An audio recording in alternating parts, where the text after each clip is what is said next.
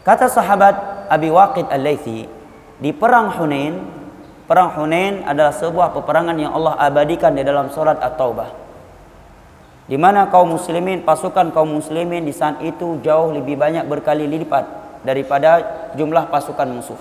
Tetapi Allah turunkan kekalahan kepada kaum muslimin. Apa sebabnya jamaah? Karena pelanggaran yang dilakukan oleh sebagian oknum kaum muslimin kecil. Kesalahannya enggak besar.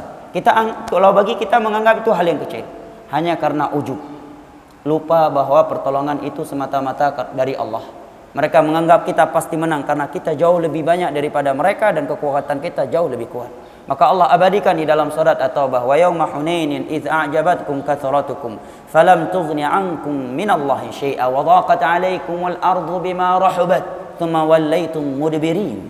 Ingatlah oleh kalian akan peperangan Hunain, tatkala kalian ujub terhadap jumlah dan kekuatan kalian, Allah berikan kepada kalian kekalahan sehingga kalian lari dari medan perang.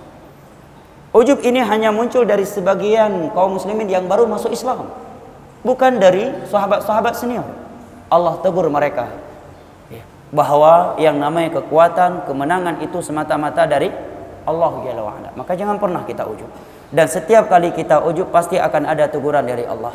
Ujub punya badan yang sehat, lupa mengingat Allah, tiba-tiba patah kakinya, tiba-tiba kanker lidah, tiba-tiba dia menderita tumor, kanker, tiba-tiba rumahnya terbakar, tiba-tiba anaknya meninggal tertabrak, tiba-tiba pekerjaannya hilang, hartanya hilang.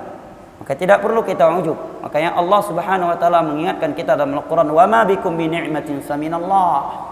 Tidaklah ada sebuah nikmat pada diri kalian kecuali dari Allah Jalla wa ala.